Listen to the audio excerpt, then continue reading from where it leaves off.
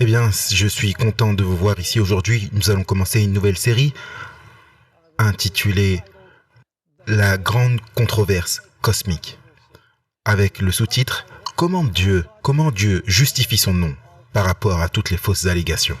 Et en résumé, c'est une série en 9 parties et nous allons tourner cette série durant les prochaines semaines, donc j'espère que ce sera une bénédiction. Avant de commencer, je pense que ce serait une bonne idée de commencer par la prière. On ne devrait jamais ouvrir la parole de Dieu sans demander l'aide divine. Donc je vous invite à incliner la tête alors que nous prions.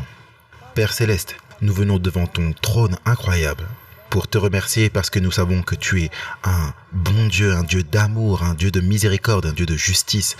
Nous savons que beaucoup des fausses accusations qui ont été lancées contre toi sont fausses. En fait, toutes ces accusations sont fausses. Donc nous voulons étudier concernant ton caractère, comment tu résous le problème du mal. Et nous demandons que tu nous guides non seulement dans cette première session, mais dans toutes les sessions où nous allons être ensemble. Nous te remercions en avance parce que tu entends nos prières et nous les faisons au nom précieux de Jésus. Amen. Dans cette série, nous allons étudier la vision du monde de la Bible et de l'Église adventiste du 7e jour.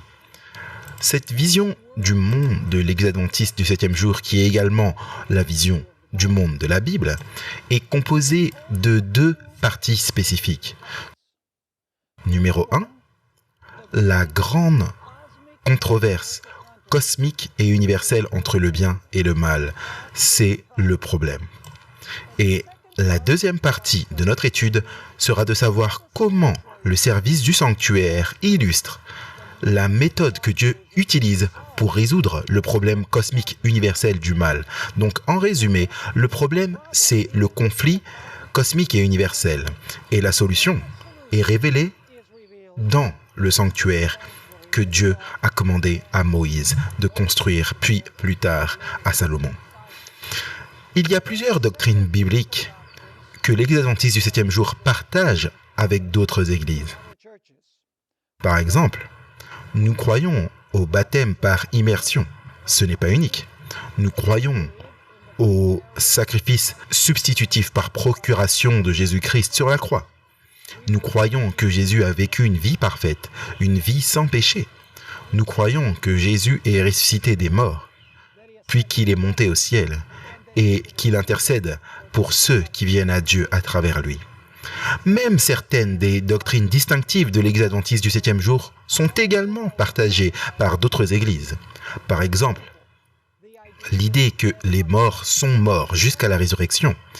Il y a une église, les témoins de Jéhovah, qui croit de la même manière que les adventistes du 7e jour sur cette question particulière. Puis nous avons la doctrine du sabbat.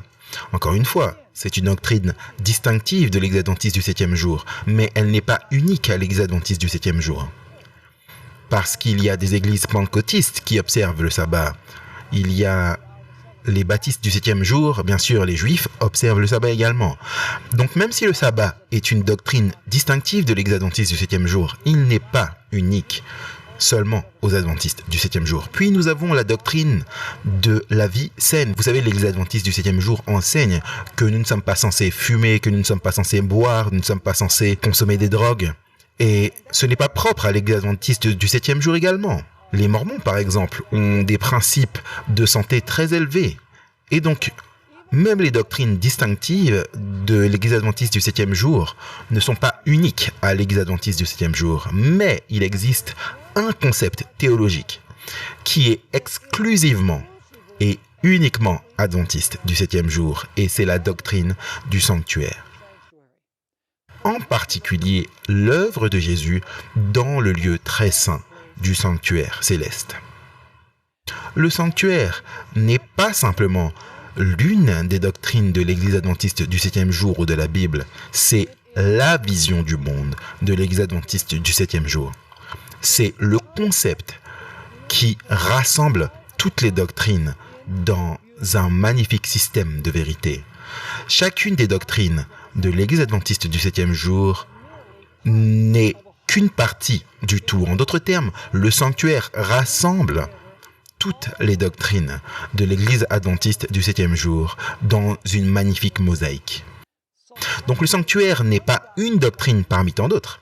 Le sanctuaire est cette vision du monde qui rassemble en un tout unifié toutes les doctrines de l'Église adventiste du 7e jour. Ellen White a clairement énoncé l'importance de la doctrine du sanctuaire. Dans la lettre 208, en l'an 1906, Ellen White a exprimé la très grande importance de la doctrine du sanctuaire ou du concept du sanctuaire, et je lis: la compréhension correcte du ministère dans le sanctuaire céleste est le fondement de notre foi. Notez cela, une fois de plus, la compréhension correcte du ministère dans le sanctuaire céleste est le fondement de notre foi. Se référant à l'importance de notre conviction que 1844 marque le début du jugement céleste, et parlant spécifiquement de Daniel chapitre 8 et verset 14, dans le livre La Grande Controverse à la page 409, Ellen White fait cette déclaration. L'Écriture, qui par-dessus toutes les autres, avait été à la fois le fondement et le pilier central du mouvement adventiste, était la déclaration: jusqu'à 2300 soirs et matins, puis le sanctuaire sera purifié. Daniel chapitre 8 et le verset 14. Alors notez qu'Ellen White réfère à la doctrine du sanctuaire comme étant le fondement et le pilier central du mouvement adventiste de l'Église adventiste du 7e jour. En d'autres termes, le sanctuaire n'est pas simplement l'un des éléments constitutifs de la théologie adventiste du 7e jour. Le sanctuaire est le fondement de l'ensemble du bâtiment. Dans cette série, nous allons suivre Jésus dans le sanctuaire jusqu'au camp, puis nous allons le suivre jusqu'à l'autel des sacrifices, puis nous le suivrons à la cuve. Après cela, nous irons avec Jésus au lieu saint, puis au lieu très saint. Et puis, à la fin de notre étude, nous retournerons dans le parvis où vous avez la fameuse cérémonie du bouc émissaire. Nous remarquerons que chacun de ces endroits où Jésus se déplace est une partie de la solution au grand problème cosmique et universel du mal. Nous allons comprendre chaque fonction de Jésus et comment chacune de ces fonctions aide à résoudre le problème du mal et à laver le nom de Dieu qui a été sali par Satan au cours des 6000 dernières années. Maintenant, pratiquement toutes les églises chrétiennes, si vous leur demandez pourquoi est-ce que Jésus est venu dans ce monde, elles vous répondront très probablement que Jésus est venu dans ce monde pour sauver les êtres humains. Et je dirais que c'est une des raisons pour lesquelles Jésus est venu dans ce monde. Mais il y a une raison beaucoup plus large et plus profonde pour laquelle Jésus est venu dans ce monde. J'aimerais lire cette déclaration qu'on trouve dans le livre classique Patriarches et prophètes. Donc, c'est l'un de mes livres favoris écrits par Ellen White. Il fournit l'histoire, en fait, non seulement du monde qui commence avec l'origine du mal au ciel, puis il retrace l'histoire de l'Ancien Testament jusqu'à l'époque des rois hébreux. Dans cette déclaration, Ellen White explique l'énorme importance de comprendre pourquoi Jésus est venu dans ce monde, dans son sens le plus large et le plus profond. Je lis maintenant à partir de Patriarches et prophètes à la page 68 et 69. Mais le plan de la rédemption avait encore un objectif plus large et plus profond que le salut de l'homme. Est-ce que vous avez compris ça? Encore une fois, le plan de la rédemption avait un objectif encore plus large et plus profond que le salut de l'homme. Ce n'était pas pour cela seulement, donc non seulement pour sauver l'homme, ce n'était pas pour cela seulement que Christ est venu sur la terre. Ce n'était pas simplement pour que les habitants de ce petit monde puissent considérer la loi de Dieu comme elle devrait être considérée, mais c'était pour justifier le caractère de Dieu devant l'univers. C'est la raison la plus large et la plus profonde du plan du salut. Encore une fois, justifier le caractère de Dieu devant l'univers parce que son caractère a été sali par un ennemi. Elle continue d'écrire. À ce résultat de son grand sacrifice, son influence sur les intelligences des autres mondes ainsi que sur l'homme, le Sauveur attendait avec impatience quand juste avant sa crucifixion, il a dit « Maintenant est le jugement de ce monde, maintenant le prince de ce monde est jeté dehors. Et moi, quand je serai élevé de la terre, j'attirerai tous les hommes à moi. » Certaines personnes disent « J'attirerai tous les hommes à moi ». Le mot « homme » n'est pas dans l'original. Ce que Jésus dit, c'est que j'attirerai tout à moi. Le ciel et la terre, l'univers entier sera attiré à Jésus par le plan du salut. Et ensuite, elle termine cette déclaration en disant « L'acte de Christ en mourant pour le salut de l'homme rendrait non seulement le ciel accessible aux hommes, mais devant tout l'univers, il justifierait Dieu et son Fils dans leur manière d'avoir traité la rébellion de Satan. Cela établirait la perpétuité de la loi de Dieu et révélerait la nature et les résultats du péché. Donc le but plus profond et plus large du plan du salut n'est pas de sauver l'homme, mais dans le processus de sauver l'homme, justifier ou disculper le caractère de Dieu devant l'univers. Laver toutes ces calomnies que l'ennemi a lancées contre Dieu. Nous avons donc affaire à un problème beaucoup plus large que le simple péché dans ce monde. La grande controverse entre le bien et le mal ne se limite pas à cet atome qu'est le monde. Le problème est cosmique et universel.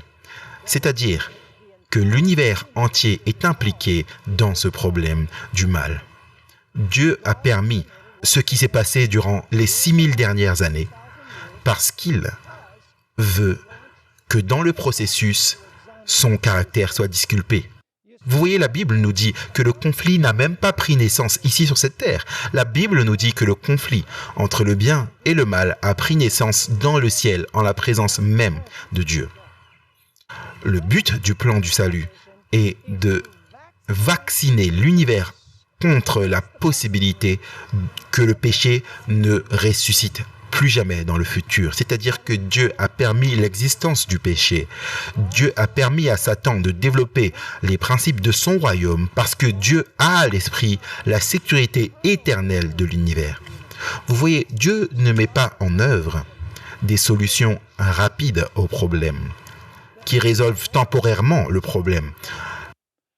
Nous, les humains, nous voulons des solutions rapides. Par exemple, si nous avons mal à la tête, nous prenons un médicament, mais nous ne nous occupons pas vraiment de ce qui a causé le mal de tête. C'est ça le vrai problème, parce que nous voulons que notre problème soit résolu rapidement. Dieu ne fait pas ce genre de choses avec le problème universel et cosmique du mal. Dieu prend son temps, parce qu'il ne laissera aucun détail lorsque le péché prendra fin. Le péché ne ressuscitera jamais dans l'univers parce que Dieu a permis au péché de se développer au cours des 6000 dernières années. Lorsque le problème sera résolu, il sera résolu éternellement et universellement. Et la Bible dit que le mal ne se lèvera pas une seconde fois.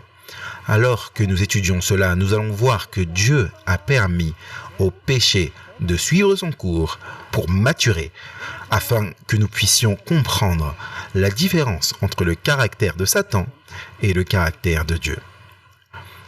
Maintenant, sur le mont Sinaï, Dieu a montré à Moïse un modèle à l'échelle réduite du sanctuaire et a dit à Moïse de construire une copie du modèle à l'échelle. Maintenant, Dieu n'a pas montré à Moïse au sommet du mont le sanctuaire céleste, parce que le sanctuaire céleste est immense, il est beaucoup plus large que le sanctuaire terrestre, que tout sanctuaire qui a été construit ici. Ce que Dieu a montré à Moïse était un modèle à l'échelle du sanctuaire céleste et a dit à Moïse, je veux que tu construises le sanctuaire selon le modèle à l'échelle qui est une copie miniature ou une ombre du véritable et original sanctuaire au ciel. Autrement dit, le sanctuaire terrestre est un reflet du sanctuaire céleste. C'est une miniature du sanctuaire céleste, un modèle à l'échelle, si vous voulez, du sanctuaire céleste. Après que l'auteur des Hébreux ait décrit les services du sanctuaire terrestre, il a déclaré ce qui suit, et ça se trouve dans Hébreux chapitre 8, et le verset 5. Il vient de décrire le ministère dans le sanctuaire céleste, puis ensuite il dit ceci. Lesquels célèbrent un culte image et ombre des choses célestes. En d'autres termes, ce qui se passait sur terre était une image et une ombre des choses célestes, selon que Moïse fut divinement averti lorsqu'il allait construire le tabernacle. Car il est dit, « Aie soin de faire tout d'après le modèle qui t'a été montré sur la montagne. » Donc, on lui a montré un modèle du sanctuaire céleste. Donc, en résumé, ce qui est dit ici, c'est que le sanctuaire terrestre a sa contrepartie dans le sanctuaire céleste, qui est beaucoup plus grand et beaucoup plus large que le sanctuaire terrestre. Maintenant, c'est un détail important. Dans la série d'études que nous allons avoir ensemble dans ce lieu, j'aimerais vous inviter à aller avec moi dans Exode, chapitre 25 et le verset 19 et 20. Exode 25 et les versets 19 et 20. Et nous allons jeter un œil à la description du lieu très saint, du sanctuaire. Et nous allons tout d'abord regarder le sanctuaire terrestre. Exode chapitre 25, versets 19 et 20, décrit l'arche de l'Alliance. Je suis sûr que vous avez tous entendu parler de l'arche de l'Alliance. Et il nous est dit, là, je vais lire le texte dans quelques instants, que de chaque côté de l'arche de l'Alliance se trouvait ce qu'on appelle un chérubin. D'un côté, il y avait un chérubin et de l'autre côté, il y avait un autre chérubin. Et au centre, sur le couvercle de l'arche, au-dessus de l'arche, se trouvait ce qu'on appelle le propitiatoire. C'est là que la gloire de Dieu descendait sur l'arche. Cela représentait le trône de Dieu, en d'autres termes. Maintenant, lisons Exode 25, versets 19 et 20, où cette arche de l'Alliance est décrite avec les deux chérubins, un de chaque côté. Il est dit ici, regardez, Dieu parle à Moïse, fais un chérubin à l'une des extrémités et un chérubin à l'autre extrémité.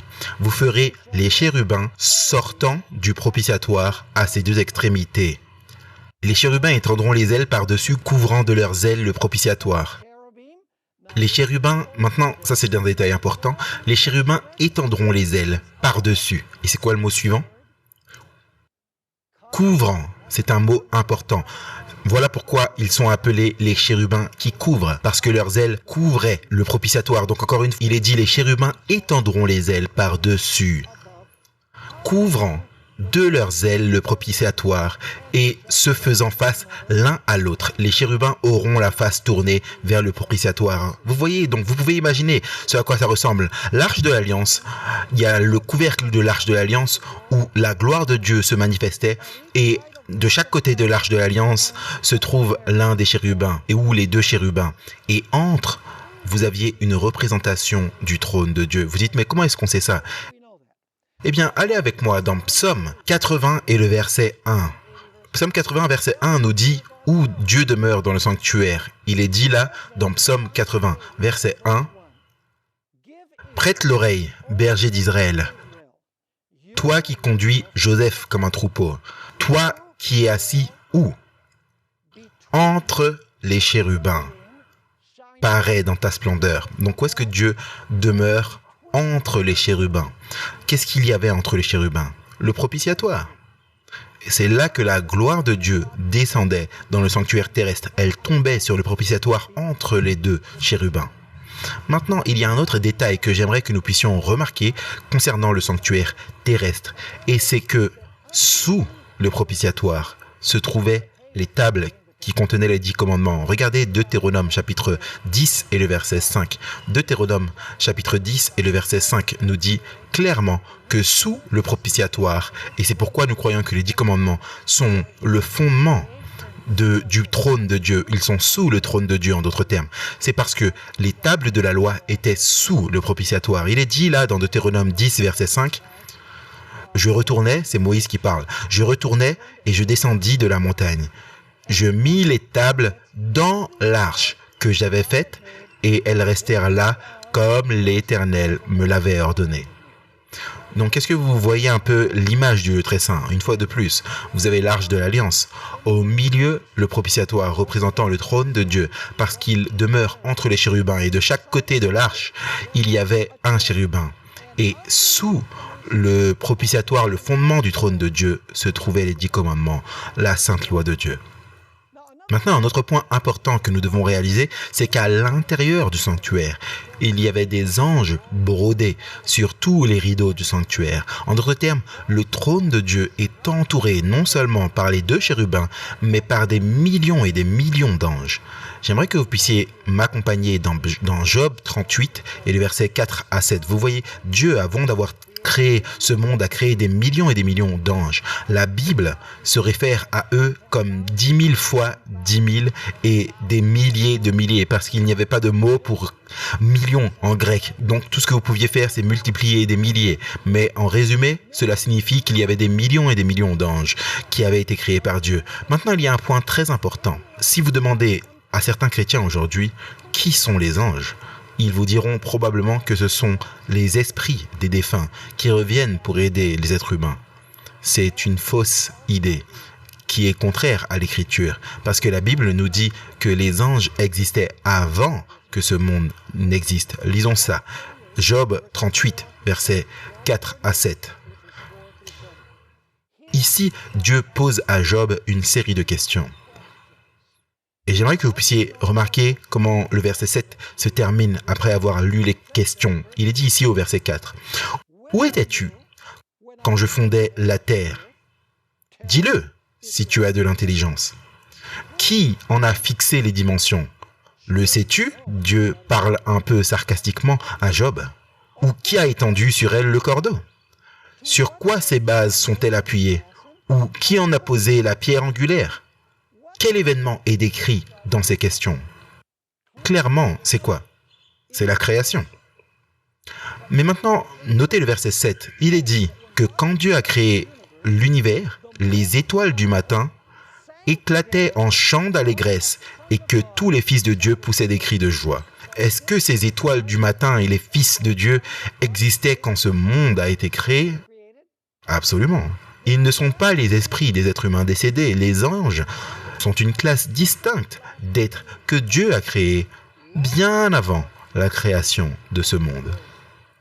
Accessoirement, les étoiles dans la Bible représentent les anges. Donc quand il est dit « les étoiles du matin ont chanté ensemble », c'est-à-dire que les anges ont chanté, eh bien, vous dites où est-ce que la Bible dit cela ? Regardez Apocalypse chapitre 1, verset 20. Nous n'avons pas le temps de lire tous ces versets, j'espère que vous puissiez les noter, parce que Apocalypse 1, 20 nous dit que les 7 étoiles liées aux églises représentent 7 anges. Et bien sûr, Apocalypse 12, verset 4 nous dit que le diable a pris un tiers des étoiles du ciel avec lui qui représente les anges. Donc, les étoiles du ciel représentent les anges, les étoiles du matin. Qu'est-ce qui est représenté par les fils de Dieu ? Je n'ai pas le temps d'entrer dans les détails concernant ce sujet, mais les fils de Dieu sont les représentants des mondes qui n'ont jamais péché. Vous dites, eh bien, comment tu sais cela ? Je vous donne juste un petit bout. Vous souvenez-vous, il est dit dans le livre de Job que Dieu avait une réunion au ciel où il a appelé tous les fils de Dieu à venir. Qui est venu parmi les fils de Dieu ? Satan est venu parmi les fils de Dieu. Maintenant, d'où est-ce que Satan vient ? Il dit, je suis venu de la terre. Alors, pourquoi est-il dans cette réunion ? Qui aurait dû être à cette réunion ? Adam aurait dû être à cette réunion parce qu'il était le père qui représentait la race humaine. Mais quand Satan a eu la victoire sur Adam, il a pris la place qu'Adam avait. Et donc Satan a été à cette réunion représentant cette planète. Alors laissez-moi vous demander, si Satan y va comme le représentant de la planète Terre, qui doivent être les autres fils de Dieu ? Ils doivent être les représentants des autres mondes. Et donc, accessoirement, nous savons que ce ne sont pas des anges communs, car la Bible nous dit qu'ils sont venus se présenter devant le Seigneur. Les anges sont toujours en présence du Seigneur, mais ceux-ci viennent de quelque part pour se présenter devant le Seigneur. Et après la première réunion, ils retournent d'où ils sont venus. Et ensuite, il y a une deuxième réunion. Et ensuite, il est dit à nouveau, ils sont venus se présenter devant le Seigneur. Donc, ils viennent de différentes parties de l'univers. En résumé, ce que cela nous dit, c'est que tout l'univers céleste, les anges et les représentants des mondes qui n'ont jamais péché ont chanté de joie quand Dieu a créé ce monde. Maintenant, la Bible nous dit qu'il y avait un ange qui était au-dessus de tous les autres anges. Il était beau et il était sage. Ézéchiel chapitre 28 et le verset 12 le décrit. Il est connu sous le nom de Lucifer. Ézéchiel chapitre 28 et le verset 12. Dieu parle à cet être Lucifer. Il déclare ce qui suit. Tu mettais le sceau à la perfection. Tu étais plein de sagesse et parfait en beauté. Remarquez la description de cet être. Plein de sagesse, tout simplement magnifique. La Bible nous dit exactement ce qu'était la fonction de cet ange au-dessus de tous les anges. Regardez le verset 14 d'Ézéchiel 28. Le verset 14 nous dit quelle était la position de cet ange. Cet ange qui était le chef des anges. En fait, certaines personnes pensent qu'il était le directeur des chœurs célestes, parce que des instruments de musique ont été créés pour lui au jour de sa création. Il est dit dans Ézéchiel 28, 14, quelle était la fonction de cet ange. Tu étais un chérubin oint qui couvre. Est-ce que nous avons vu quelque chose au sujet des chérubins qui couvrent à un autre endroit? Nous parlons maintenant de l'original. On ne parle plus de la copie. On ne parle plus des anges qui sont faits d'or. Vous savez, avec un propitiatoire couvrant et juste la gloire de Dieu qui descend sur l'arche.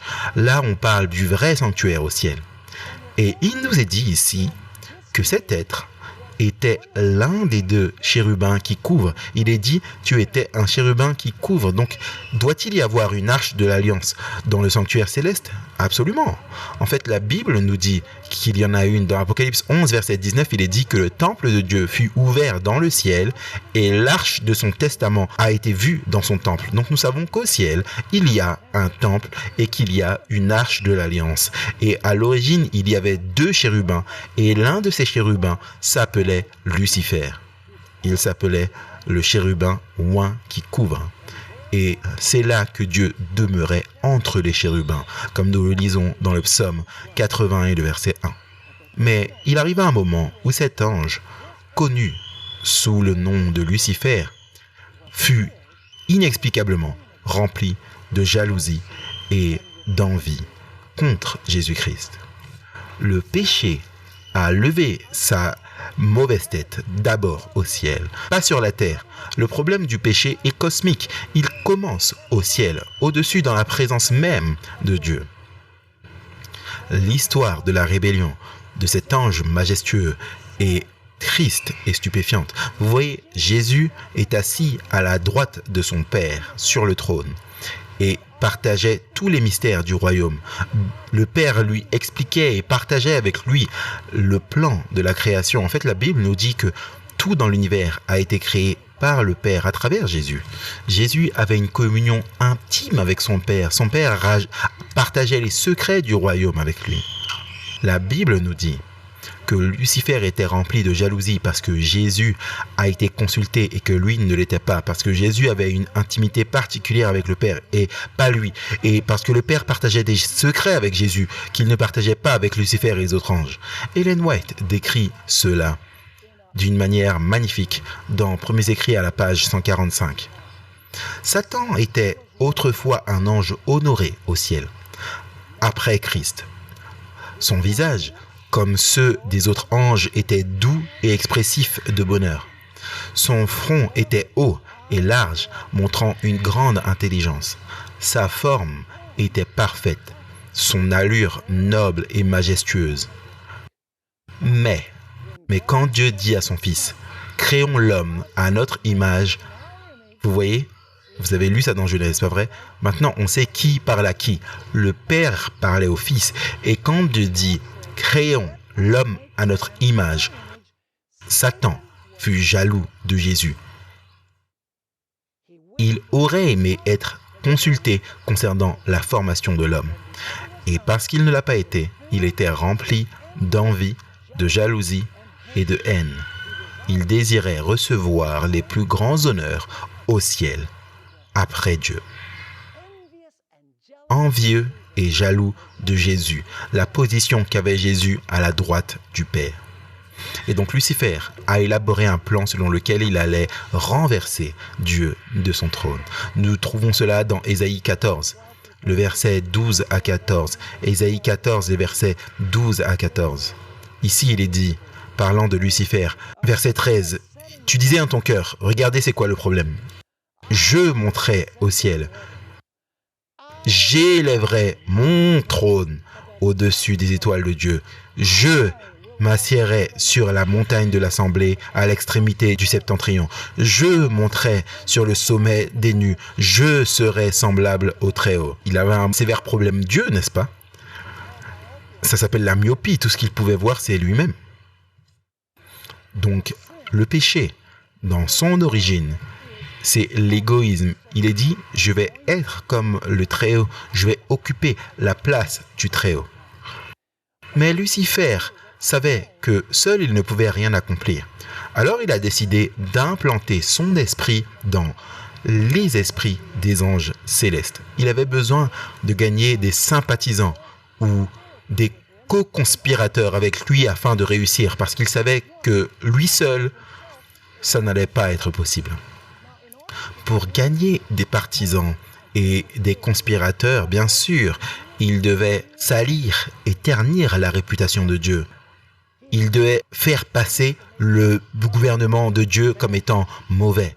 Et bien sûr, pour faire cela, il devait utiliser la séduction, la tromperie, les mensonges, parce que nous savons que Dieu et son gouvernement sont saints, justes et bons. Et Dieu est amour, et Dieu est miséricorde, Dieu est justice. Tout ce qui concerne Dieu est bon. Mais Lucifer devait implanter des idées dans les êtres célestes, l'idée que le gouvernement de Dieu était despotique, qu'on ne pouvait pas lui faire confiance, que Dieu n'était pas amour, qu'il n'était pas juste, qu'il gardait des secrets, qu'il était égoïste. Il devait ternir et salir la réputation de Dieu. La Bible nous dit très clairement que c'est exactement ce que Lucifer a fait. Remarquez Jean 8 et le verset 44, parlant de la nature de Lucifer au tout début. Soit dit en passant, plus tard, il est devenu le diable, Satan, le serpent ancien. Il a beaucoup de noms, des moins désirables plus tard. Jean 8, verset 44. Ici, Jésus parle aux Juifs de son temps. Vous avez pour père le diable, et vous voulez accomplir les désirs de votre père. Il a été meurtrier dès le commencement et il ne se tient pas dans la vérité parce qu'il n'y a pas de vérité en lui. Lorsqu'il profère le mensonge, en parlant de Satan, lorsqu'il profère le mensonge, il parle de son propre fond car il est menteur et le père du mensonge. Donc, depuis quand est-ce que Satan est un menteur? Depuis le commencement, il est un menteur, depuis le moment même où il était au ciel. Maintenant, venez avec moi dans Ézéchiel 28. Et le verset 16. Ézéchiel 28 et le verset 16. C'est un verset intéressant car pendant longtemps, j'ai eu du mal à comprendre un mot particulier dans ce verset. Il est dit là, d'ailleurs, on parle du roi de Tyr. Tyr était l'un des centres commerciaux du monde antique. Il y avait beaucoup de commerce sur les navires à cette époque. Notez Ézéchiel 28 et le verset 16. Par la grandeur de ton commerce, on parle de Lucifer. Par la grandeur de ton commerce, tu as été rempli de violence et tu as péché. Je te précipite de la montagne de Dieu et je te fais disparaître, chérubin qui couvre, du milieu des pierres étincelantes. Remarquez, par l'abondance de ton commerce, il est dit tu étais rempli de violence et tu as péché. Maintenant, qu'est-ce que cela signifie l'abondance de ton commerce? Qu'est-ce que Lucifer vendait au ciel? Eh bien, le mot « commerce » est un terme commercial, n'est-ce pas? On l'utilise dans le monde du commerce. Eh bien, qu'est-ce que Satan essayait d'échanger au ciel? Même aujourd'hui, on utilise des termes commerciaux au sens figuré lorsqu'on parle d'un individu qui essaie de nous convaincre pour dire que quelque chose est la vérité et qu'on ne croit pas vraiment que c'est la vérité. Est-ce que vous avez déjà entendu l'expression « non, j'achète pas ça ». Si quelqu'un vous dit quelque chose que vous avez du mal à croire et vous dire non, j'achète pas. En fait, j'ai recherché le sens figuratif du mot échange ou achat et c'est l'une des définitions. Essayez de faire croire à quelqu'un votre histoire. Alors qu'est-ce que Lucifer essayait de faire au ciel? Il échangeait des mensonges. En d'autres termes, il essayait de vendre des mensonges aux anges célestes à propos de Dieu et de son caractère.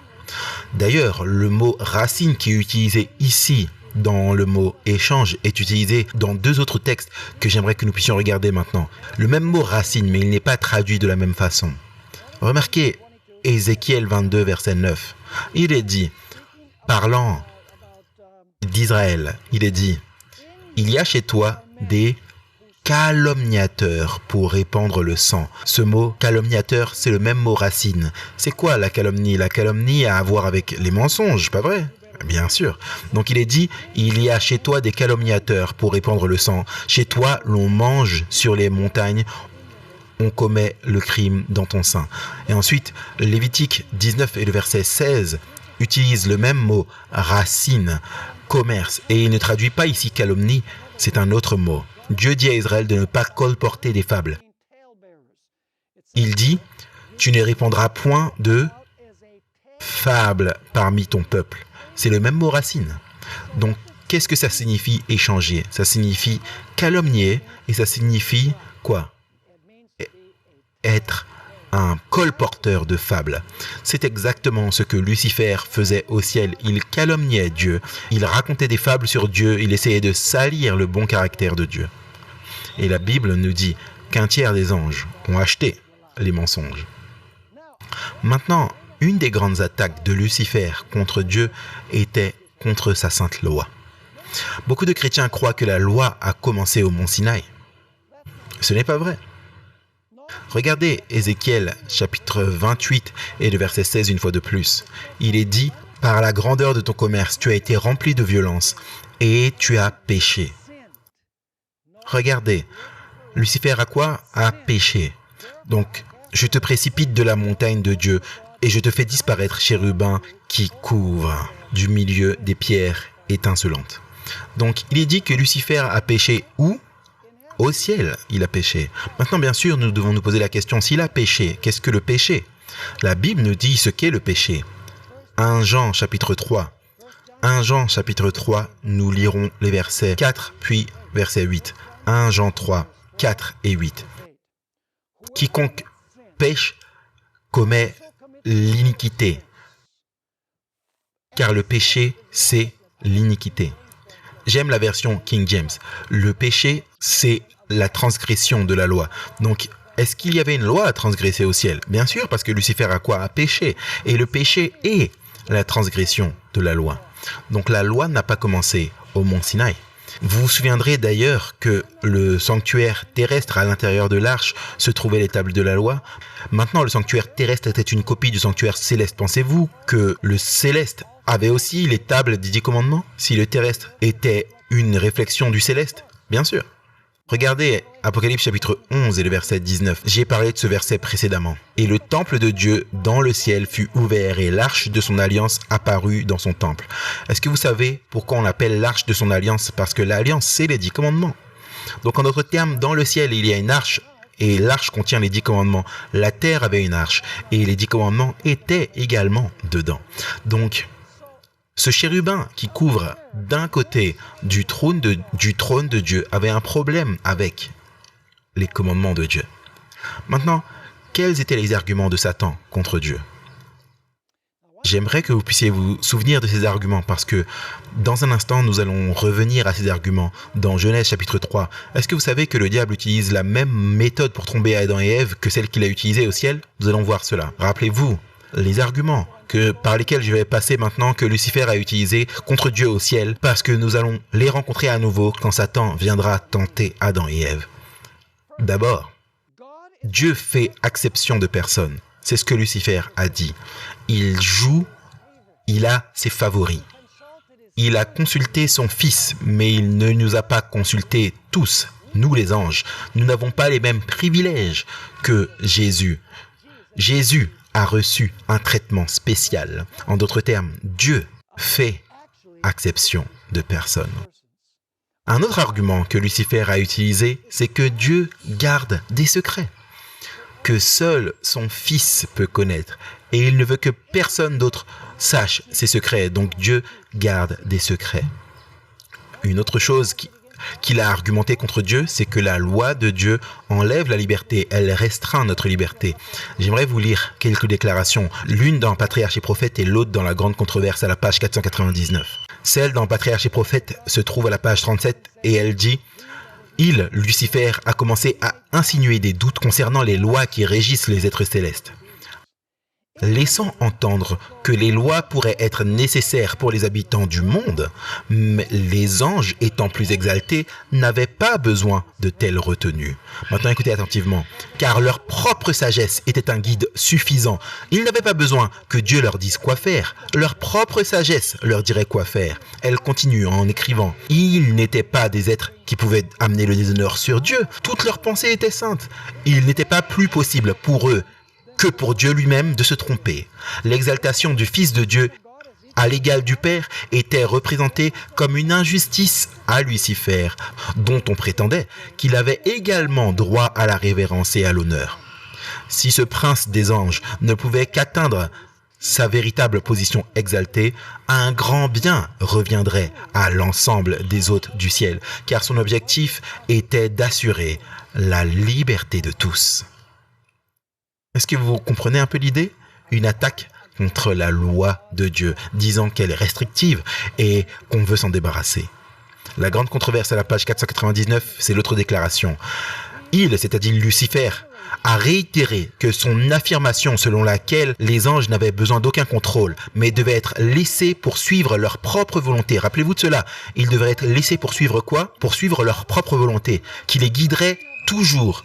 C'est-à-dire que Dieu n'a pas à leur dire ce qui est juste. À l'intérieur d'eux-mêmes, ils vont savoir ce qui est bon ou pas. Elle continue de dire, il a dénoncé les statuts divins comme une restriction de leur liberté et a déclaré que son but était d'obtenir l'abolition de la loi. Nous entendons aujourd'hui des sermons en chair où les gens disent que la loi a été abolie ou clouée sur la croix. Absolument. Où est-ce que cela a commencé? Cela a commencé au ciel.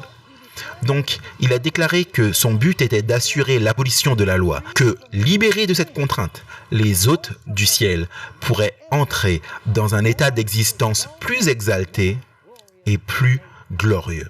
Ce sont des termes presque identiques aux mots qu'Ellen White a utilisés lorsqu'elle parlait d'Ève.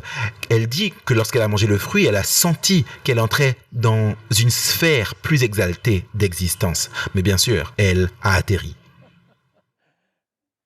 Un autre argument que Lucifer a utilisé contre Dieu, c'est que Dieu est égoïste. Il veut que tout le monde fasse ce qu'il dit. Il veut que tout le monde soit esclave. Il ne veut servir personne, il ne lève pas le petit doigt pour servir quiconque. Il veut que tout le monde le serve lui. Et enfin, un argument que Lucifer a utilisé, c'était par rapport à la justice de Dieu. Si vous n'obéissez pas à sa loi, sa justice exigera votre destruction. Il n'y a aucune place pour la miséricorde et la grâce. Si vous désobéissez, la mort est absolument certaine. C'est ce que Lucifer a dit aux anges. Pas de place pour la miséricorde ni la grâce. Maintenant, la question est de savoir pourquoi est-ce que Dieu n'a pas détruit Lucifer tout de suite? Pourquoi a-t-il permis au péché et au mal de continuer? Eh bien, mes amis, c'était nécessaire pour Dieu de donner du temps à Lucifer pour développer son plan de gouvernement, afin que tout le monde puisse voir où ces arguments mèneraient finalement. Ce n'est qu'ainsi que les arguments de Satan pourraient être pleinement et finalement répondus par Dieu. On devait permettre que les plans de Satan puissent se développer et arriver à maturité pour que l'univers puisse voir quel était le fruit final de ses idées. Vous voyez, si Dieu avait détruit Lucifer tout de suite, des doutes seraient restés dans l'esprit des êtres célestes. Il se serait dit, Lucifer a dit que quiconque n'obéit pas à Dieu sera anéanti. Regardez, il l'a anéanti. Il y aurait eu des doutes. Deuxièmement, les êtres célestes auraient servi Dieu par peur et non par amour. Dieu ne peut pas accepter un service de peur. Et finalement, il aurait toujours eu la possibilité d'une autre rébellion pour renverser cet individu qu'il aurait pu en venir à concevoir comme un despote. Donc finalement, Lucifer a gagné un tiers des anges et il a décidé qu'il mènerait un coup d'État militaire contre le gouvernement de Dieu. Cela est décrit dans Apocalypse chapitre 12, le verset 7 à 9. Apocalypse chapitre 12, le verset 7 à 9 nous dit « Et il y eut guerre dans le ciel. Michel et ses anges combattirent contre le dragon. Et le dragon et ses anges combattirent, mais ils ne furent pas plus forts, et leur place ne fut plus trouvée dans le ciel. Et il fut précipité le grand dragon, le serpent ancien appelé le diable et Satan, celui qui séduit toute la terre. Il fut précipité sur la terre et ses anges furent précipités avec lui. Maintenant, Satan est chassé du ciel avec un tiers des anges du ciel, les sympathisants ou les co-conspirateurs avec Satan. Et ainsi, la Bible nous dit que Lucifer a fini par venir finalement sur la planète Terre. Maintenant, Dieu a décidé de créer Adam et Ève malgré le fait que Lucifer avait péché et s'était rebellé au ciel. Et comme nous le savons, Dieu a dit à Adam et Ève, vous pouvez manger de tous les arbres du jardin, mais il y a un arbre particulier que vous ne pouvez pas manger parce que si vous mangez de cet arbre, vous mourrez sûrement. Mais Ève, un jour, s'éloigne de son mari et bien sûr, il aurait dû veiller sur elle. Elle se retrouve sous l'arbre de la connaissance du bien et du mal. Un terrain très dangereux. Et soudainement, le serpent lui parle. Et j'aimerais que vous puissiez remarquer comment le même type d'argument que Lucifer a utilisé au ciel, il les utilise sur Ève. Allons dans Genèse chapitre 3 et le verset 1 et nous parcourrons cela rapidement. Genèse 3 et le verset 1 à 6. Le serpent était le plus rusé de tous les animaux des champs que l'Éternel Dieu avait fait. Il dit à la femme, « Est-ce que ce serait un miracle pour qu'un serpent parle ?» Vous voyez, le diable accomplit des miracles contrefaits, n'est-ce pas? Parce qu'il donne au serpent la capacité de parler. Et Ellen White dit qu'Ève savait que le serpent n'avait pas reçu la capacité de parler. Et maintenant, vous voyez, Dieu nous dit que les serpents ne peuvent pas parler. Et maintenant, ils parlent. Pourquoi est-ce que Dieu nous a menti? Vous voyez, le diable commence à semer le doute sur les caractères de Dieu. Maintenant, regardez ça. Il dit à la femme, donc un serpent qui parle, c'est un miracle. Dieu a-t-il réellement dit, vous ne mangerez pas de tous les arbres du jardin? Est-ce que c'est ce que Dieu a dit? Qu'il ne pouvait pas manger de tous les arbres du jardin? Non. Qu'est-ce que le diable fait? Il donne une mauvaise citation de la parole de Dieu, pas vrai? Quel est le but de donner une mauvaise citation de la parole de Dieu? Écoutez, il n'y a aucune meilleure façon de commencer une conversation que de dire quelque chose qui ne va pas. Cela suscitera une réaction de la part de votre interlocuteur. Par exemple, si je vous dis, est-ce que vous voyez ce manteau que je porte ce soir? Il est rouge.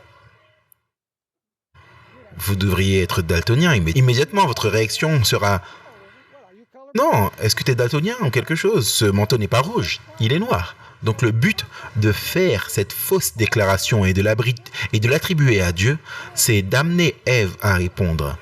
Et ainsi, le diable veut entamer une conversation avec elle parce qu'il sait qu'une fois que la conversation a commencé, il pourra la renverser. Donc il dit encore une fois, Dieu a-t-il réellement dit, vous ne mangerez pas de tous les arbres du jardin?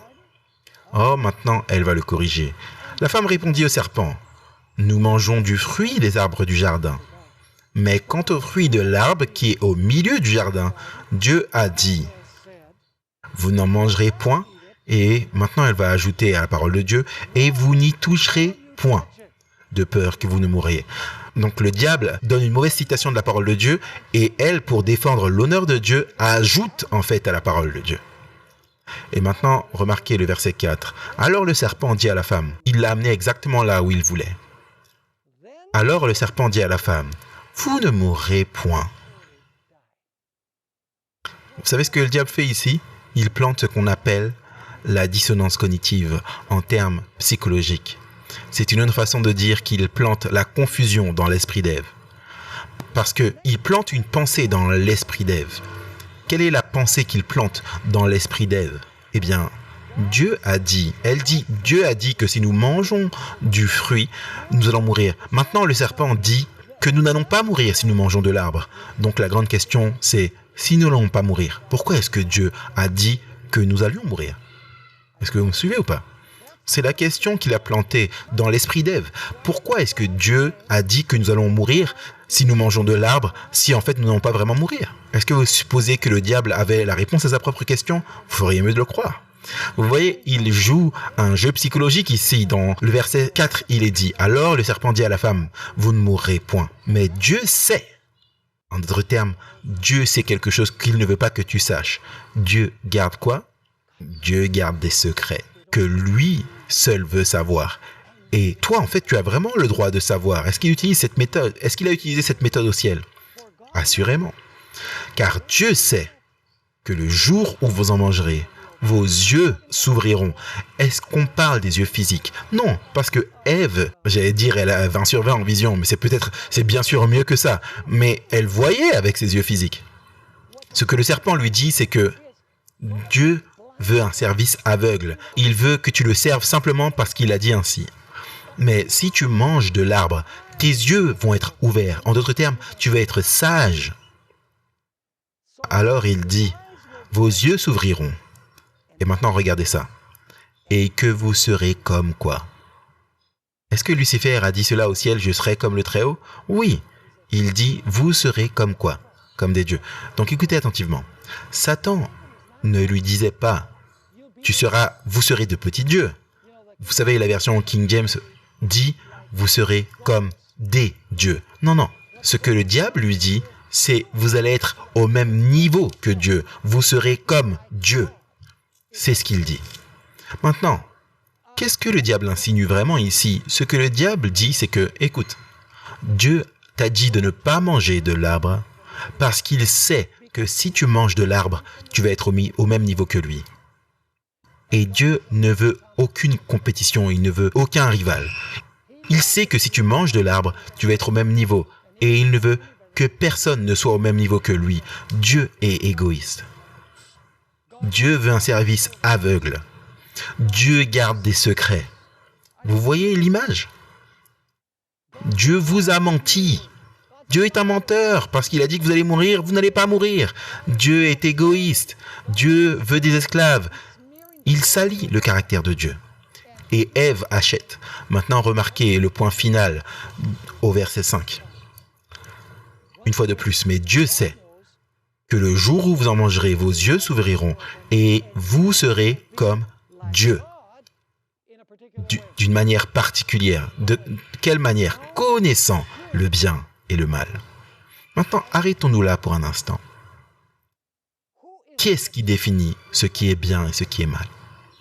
Est-ce que notre cœur définit ce qui est bien et ce qui est mal? Non. Qu'est-ce qui le fait? La loi de Dieu. Donc, l'individu qui définit ce qui est bien et ce qui est mal, c'est Dieu, en dehors de nous. Ce n'est pas notre cœur, ce n'est pas notre esprit, ce n'est pas nos sentiments qui définit ça, je pense que ça c'est bien et ça je pense que c'est mal. Non.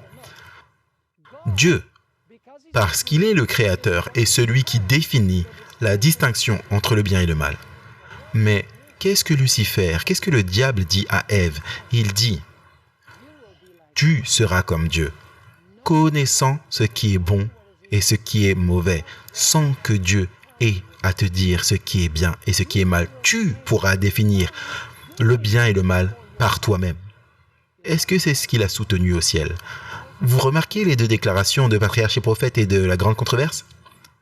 C'est intéressant que le diable utilise les mêmes méthodes avec Ève qu'il a utilisées au ciel. Pourquoi utiliserait-il les mêmes méthodes? Il se dit, eh bien, ça a marché au ciel. Donc si ça a marché au ciel, pourquoi pas l'essayer sur la terre? Et il a essayé sur la terre. Et ça a marché. Il a réussi dans son entreprise. Maintenant, notre temps est compté et j'ai pas mal de matériel ici, alors avançons aussi rapidement que possible. Tout le ciel est engagé dans le fait d'observer ce qui se passe dans la grande controverse au niveau universel ainsi que sur cette petite planète. J'aimerais vous lire. Puis dans notre prochaine conférence, je vais reprendre cela, je vais terminer cette conférence. Puis nous allons également passer à la conférence numéro 2. Mais j'aimerais introduire notre prochaine conférence avec 1 Corinthiens chapitre 4 et le verset 9. 1 Corinthiens chapitre 4 et le verset 9. C'est un verset significatif. Puis nous aurions peut-être le temps pour 1 Pierre chapitre 1 et le verset 12. Mais regardez 1 Corinthiens chapitre 4 et le verset 9. Et je lis à partir de la version Nouvelle Internationale. Ne soyez pas embêtés pour cela. Je crois que la version King James est une excellente version de la Bible et j'utilise la King James ou la New King James la plupart du temps. Mais parfois, de temps en temps, il y a une autre version qui saisit mieux la nuance. Regardez 1 Corinthiens 4, verset 9. L'apôtre Paul dit « Car Dieu, ce me semble, a fait de nous des apôtres pour être en spectacle. » Donc les apôtres, selon Paul, sont quoi? Sont en spectacle. Le mot grec, c'est apodeknoumé. Il signifie démontrer, exposé à la vue ou montré. Il dit en d'autres termes, nous les apôtres, nous sommes une exposition publique, comme des hommes condamnés à mourir dans l'arène. Vous savez, les apôtres vont mourir dans l'arène et ils sont en quoi? Ils sont exposés, tout le monde regarde. Vous vous souvenez, le Colisée romain, ils étaient exposés et tout le monde faisait quoi? Tout le monde regardait. Seulement, cela ne parle pas uniquement du Colisée, on parle de tout l'univers qui regarde ce qui se passe. Finissons de lire le texte. Il est dit, car il me semble que Dieu nous a exposés, nous les apôtres, publiquement, nous qui sommes les derniers des hommes, comme des gens condamnés à la mort dans l'arène. Et maintenant, regardez ça. Vu que nous sommes rendus le spectacle de l'univers tout entier. Vous savez quel est ce mot spectacle en grec? C'est le mot grec théatron. Quel mot avons-nous en français à partir de théatron? Théâtre. En d'autres termes, ce qui se passe dans ce monde est comme un film que l'univers regarde pour voir qui a raison et qui a tort, qui a un bon caractère et qui a un mauvais caractère. Et il continue ici, il dit, nous sommes rendus le spectacle, le théâtre de l'univers tout entier. Puis il explique ce qu'est l'univers aux anges et également aux hommes. Donc, est-ce que ce monde est une exposition? Il est une exposition aux anges, aux êtres célestes et également aux hommes. Regardons un autre verset, 1 Pierre chapitre 1 et le verset 12. On va reprendre quelques-uns de ces versets dans notre prochaine conférence demain. Il est parlé ici des écritures de l'Ancien Testament qui ont été données aux prophètes. Il est dit à eux, c'est-à-dire aux prophètes, il leur fut révélé que ce n'était pas pour eux-mêmes, mais pour nous qu'ils administraient ces choses, lesquelles ceux qui vous ont été prêchés l'Évangile par le Saint-Esprit envoyé du ciel. Donc en d'autres termes, ce qu'ils ont écrit, ils ne l'ont pas écrit pour eux-mêmes. Ils l'ont écrit pour qui? Pour nous, au temps de l'accomplissement. Et maintenant, remarquez la dernière partie du verset.